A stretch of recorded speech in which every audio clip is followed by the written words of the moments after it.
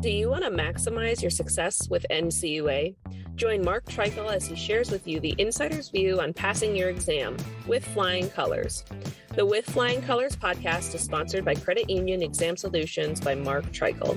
If you would like to work directly with the Credit Union Exam Solutions team and receive support to optimize your results with NCUA so you save time and money, visit us at marktreichel.com to find out more.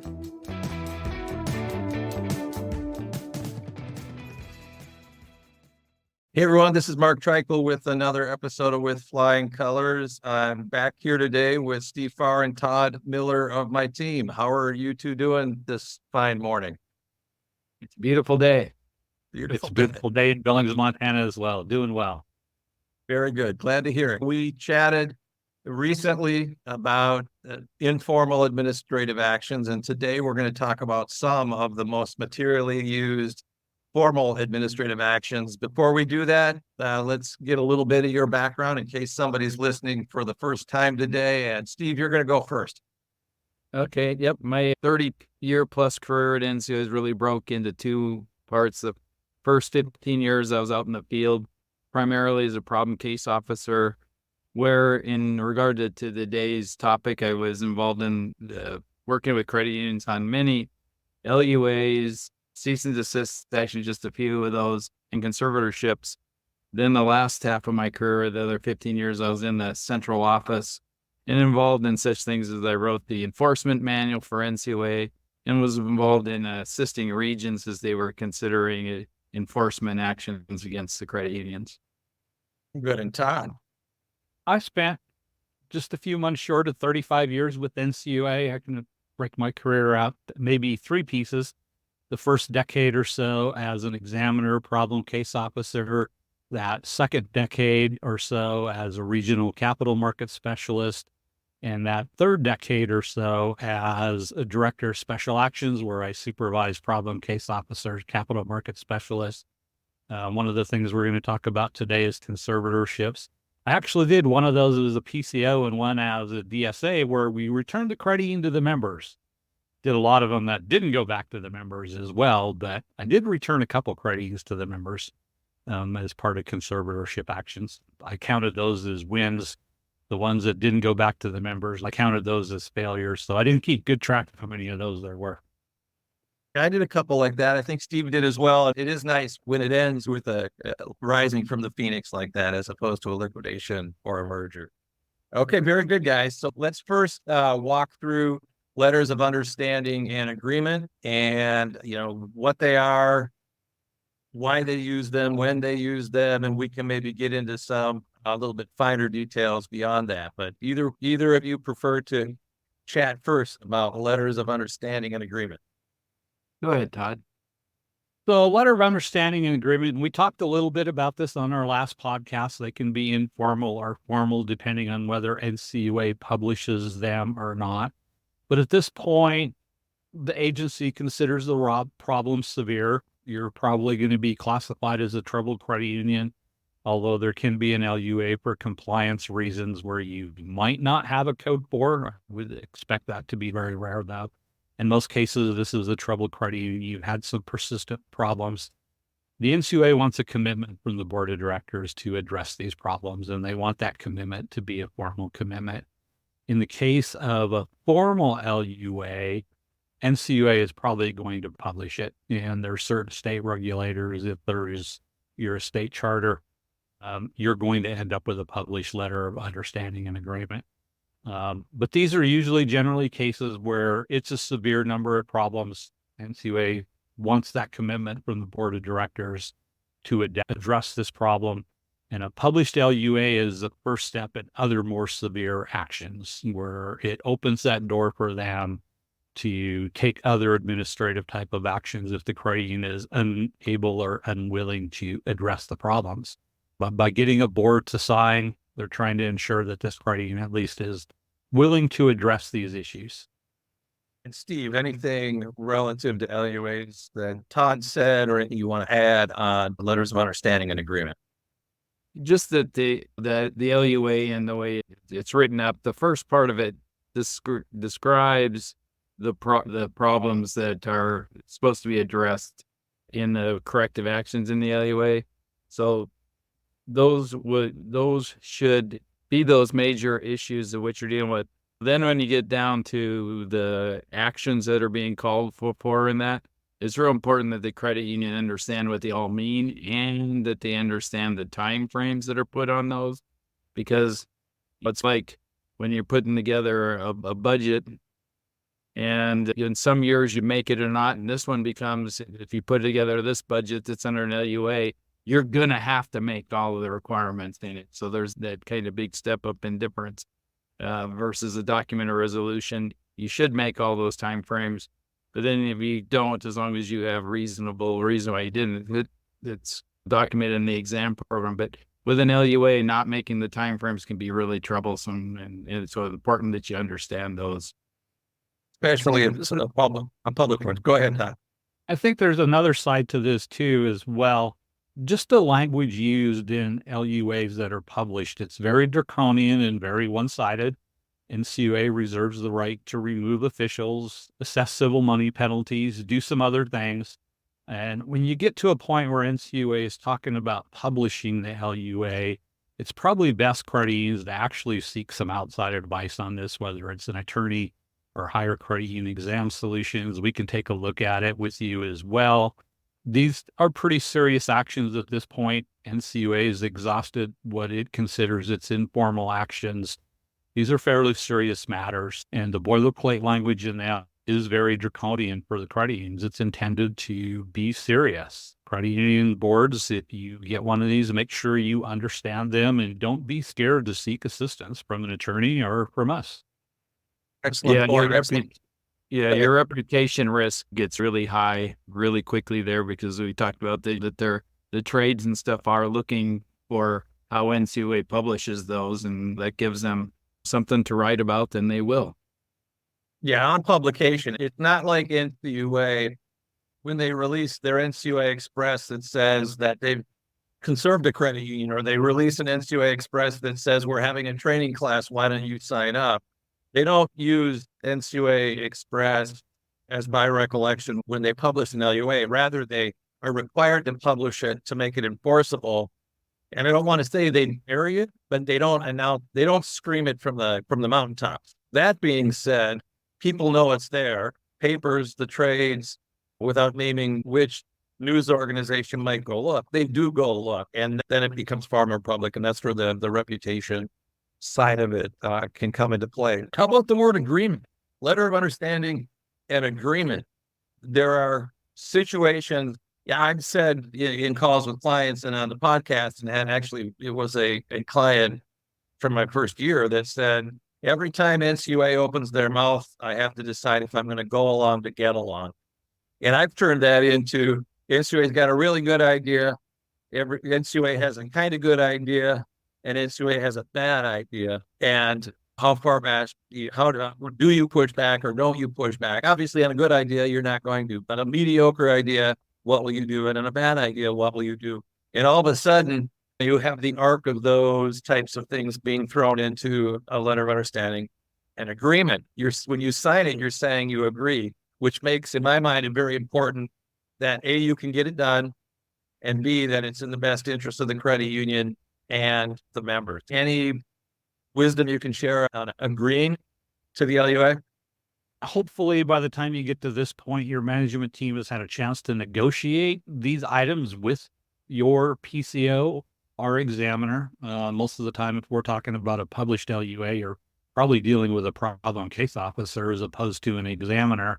But there should be some give and take on these agreed upon actions.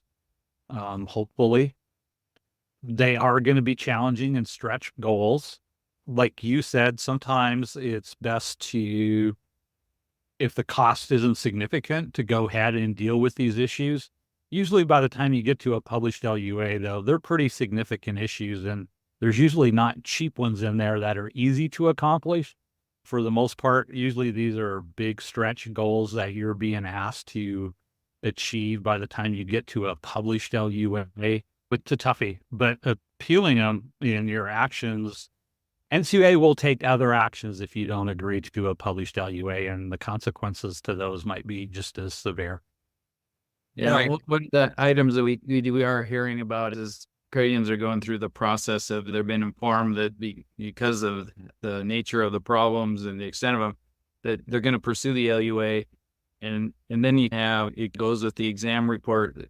Some Canadians can feel pressure in terms of timeliness that occurs between when they're provided with maybe the first draft of the LUA and when the meeting is scheduled when they would want it signed. And I think the credit union has every right to request that time frame be reasonable in terms of the credit union has to kind of, address that they can make those items, and they want to probably discuss that with their board prior to that meeting on signing. So I think it's important to have that communication that says, we understand that you got to do this action for us to really accept it. We need that reasonable amount of time to digest it, make sure that the timelines are good, and make sure our board understands what we're getting into. But I had a conversation with the credit union board last week, and the discussion was, this is a scenario where they may reserve the right to publish. They don't actually have the language yet, but they know they're getting one. So they were trying to educate themselves. And there were, I think, board members who are going to sign it and are comfortable with it. And there were board members who aren't comfortable signing it. There were board members that appeared weren't comfortable if it was going to be publishable. And I pointed out to them, if you abstain or if you vote no, and as a collective, the board agrees to, and let's say it's a publishable one. So let's say there's 15 board members. I'm going to give a big number. I don't want to pick a number that 15 board members. Let's say 8 of them vote yes and 7 of them vote no, and they sign it and it gets published. All 15 are subject to that anyway because it was a board decision. Even if you voted no, even if you abstained, your organization voted and you have that corresponding fiduciary responsibility, et cetera, as a board member. And I saw some eyes open up wide relative to that. So the board needs to know a lot of board governance discussions, and board governance really hits home when you have them signing a letter of understanding and agreement. You made a good point there, Mark. Over my career, there's different times I've had board members who have refused to sign, even though the majority of the board did, thinking it shielded them in some way, shape, or form, but it really does not. They're conscientious objectors, essentially, because they're still on the hook. I know all three of us believe in the concept of an LUA should have the material items that are in a document of resolution and not necessarily all the items that are in a document of resolution. And it seems under merit, because merit, go down a little bit of a rabbit hole, because merit seems to, they now have the ability to track and say, okay, this door is done and this door is done and this door is done. They tend to maybe separate doors into something that might have been 1 door in the past might be 3 doors. And we're seeing a little bit, and then you throw the economy like it is right now, you start seeing really long document resolution. And as we've said here before, if everything's a priority, nothing's a priority. In a perfect world, you agree with the concept that an LUA should be skinnier than the door and should focus on the main thing. In concept, yes. We're not necessarily seeing that in reality, but in concept, yes. That's how you would do it if you were still at NCUA. Is that a fair statement? Yes. That's how we always did it. The LUAs only addressed mainly what we would refer to as the root causes of the problem. The root causes of the problem. Very good. And Steve, you trained NCUA staff, and Todd, you trained your staff to do it that way. And with turnover, not saying because we left, but with turnover, they've got a lot of new people and things change. And then you can get pockets of the country that do it different. You can get redirection from the top. As you mentioned, we're seeing publishable potential LUAs, and we're seeing that a little bit. We're seeing LUAs more than recently, and we're seeing the publishable option more. And I've said here before, a dear friend who passed away, who used to be the general counsel at NCUA, when he consulted, he would advise clients not to sign them and just send them a preliminary warning letter. And when he first started telling me that, I really wasn't in that camp. I'm starting to move a little bit closer to that camp on a publishable one, especially if it's publishable ad infinitum and it doesn't have any deadlines, et cetera, et cetera. If you find yourself with an LUA feel free to reach out to discuss it and or reach out to legal counsel to make sure you understand the ramifications of the LUA. Anything else on LUAs, guys? Just something you mentioned, dates there. Other than new creditings can get an LUA that has a termination date. For the most part, LUAs, whether they're unpublished or published formal ones, they're not going to have termination dates. Those things are open-ended. It's, will you complete what you've agreed to do? And NCUA gets to decide, were the actions completed, and did they achieve the results intended, is the way Steve used to phrase it when he was still teaching me how to do this. And that's how you determine, is this LUA been satisfied? Did you do what you said you were going to do, and did it achieve the results intended? And I think we're seeing these really long LUAs at the side effect COVID a little bit. They missed things when they were off-site. Things built up because credit unions had stuff off-site. Then you had the bank failures. You have an inverted yield curve. You got delinquencies creeping up. Just as an insurer, NCUA probably is a little bit stressed of what might occur in the future, and they're trying to get things resolved before they get costly. Agreed. And you just triggered something in my mind that we had a situation where we had a client conversation where someone said, we messed up. We didn't give you an LUA last time, and we should have. And I believe the reality is that's not the case. The policy, their current policy reads as, if you're a 4, you're going to get an LUA unless a higher level says you don't need to have an LUA. So somebody in that other situation said, we don't need the LUA. And then they came back and decided, no, we do need it. And in an environment where you got the NCUA board talking about their concerns, you have staff going to be a little less likely to go out on a limb for a credit union. And so I think the correlation between, if you're a 4, troubled status, you are going to get an LUA. People opting to go a different path, I think, is going to be rare, very rare. It's always been rare by definition in Code 4 by their own policy, generally involved in LUA or a preliminary warning letter. One of the two. Yes, it's always been rare, but I have recently seen where it wasn't done. But yeah, I think it's going to get rare. It has been rare. It's going to be rare, and maybe even rarer. That's a wrap on Letters of Understanding and Agreement with Todd and Steve. We also went on to record a discussion on cease and desist orders, prohibitions, conservatorships, and a couple other topics, but I'm splitting those into separate topics for later release. I want to thank you for listening. I hope you'll listen again soon. This is Mark Treichel signing off with flying colors.